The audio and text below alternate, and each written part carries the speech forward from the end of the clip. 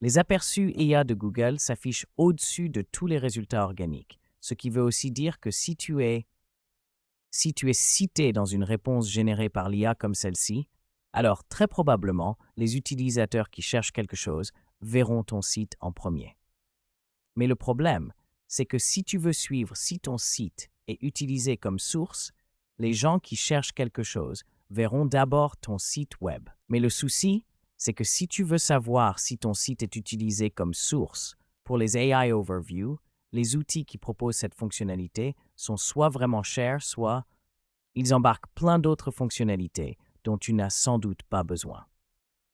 Par exemple, Peak AI, mais aussi Ahrefs, proposent tous les deux un service pour suivre si ton site est utilisé comme source pour des réponses générées par l'IA, par exemple dans Google AI Overviews ou ChatGPT, Perplexity, Gemini et compagnie. Mais comme tu peux le voir, ici tu paies déjà environ 180 € par plateforme, ce qui en fait n'est que appeler une autre API. Et appeler ces API pour obtenir la réponse ne coûte généralement qu'une fraction de centime.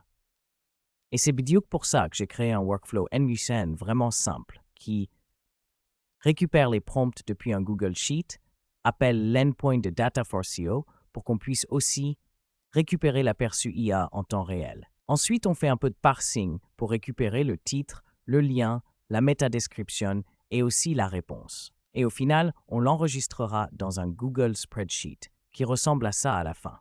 On a donc notre tableau où on peut ajouter nos prompts selon la langue, le pays et l'appareil, et aussi la localisation. Et le workflow se charge de récupérer les réponses pour ces prompts précis avec les paramètres, puis on scrape les données pour récupérer le titre du prompt, la métadescription, le lien ainsi que les autres paramètres pour analyser encore mieux les données.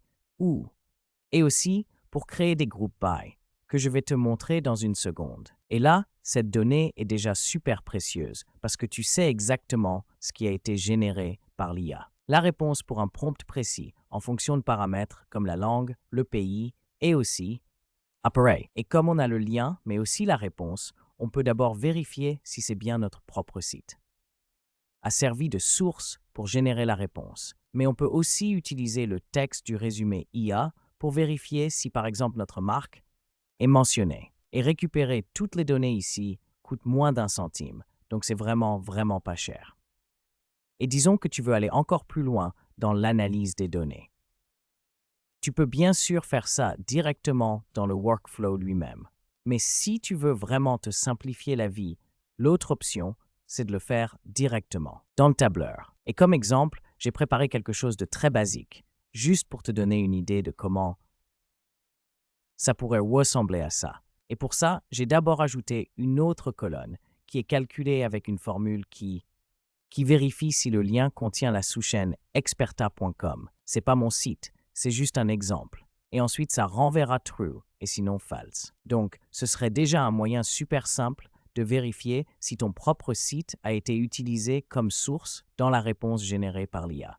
Source dans la réponse générée par l'IA. Et disons que tu veux regrouper les données, par exemple par prompt, ou alors, disons que tu peux aussi ajouter le domaine. Tu peux aussi le faire directement dans Google Sheets, comme ça. Tu peux simplement aller ici, sur cette icône, puis créer un nouveau groupe par vue, et ensuite, par exemple, disons prompt. Et ensuite, on a déjà une nouvelle vue qui nous montre, et là, les données s'affichent déjà dans une autre vue. Bon, passons au workflow. Et comme tu peux le voir, le nœud le plus important ici, c'est Data4CO, parce que celle-ci nous permet de récupérer la réponse générée par l'IA dans le Google AI Overview. Et si on regarde directement dans le node, on voit qu'on a des paramètres comme le mot-clé, la localisation, la langue et aussi l'appareil. Et tout ça vient directement du prompt dans le spreadsheet.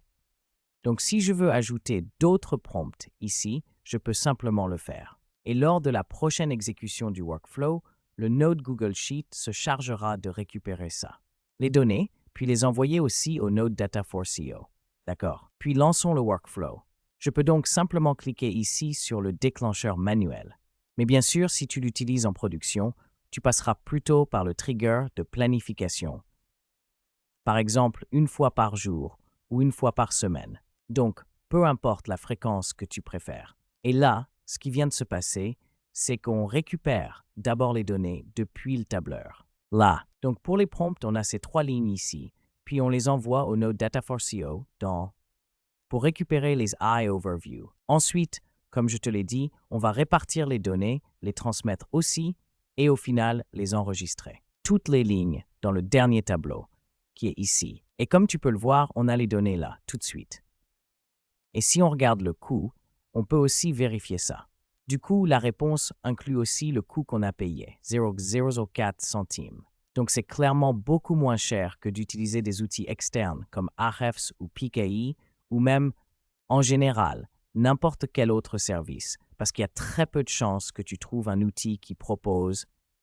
Tu trouveras cette fonctionnalité pour une fraction de centime. Et voilà, c'est déjà tout pour le workflow qui permet de scraper les eye overview pour savoir quelle était la réponse, mais aussi quels sites ont servi de source pour la générer. Et je te recommande vivement de mettre en place un workflow qui te permette d'analyser ça.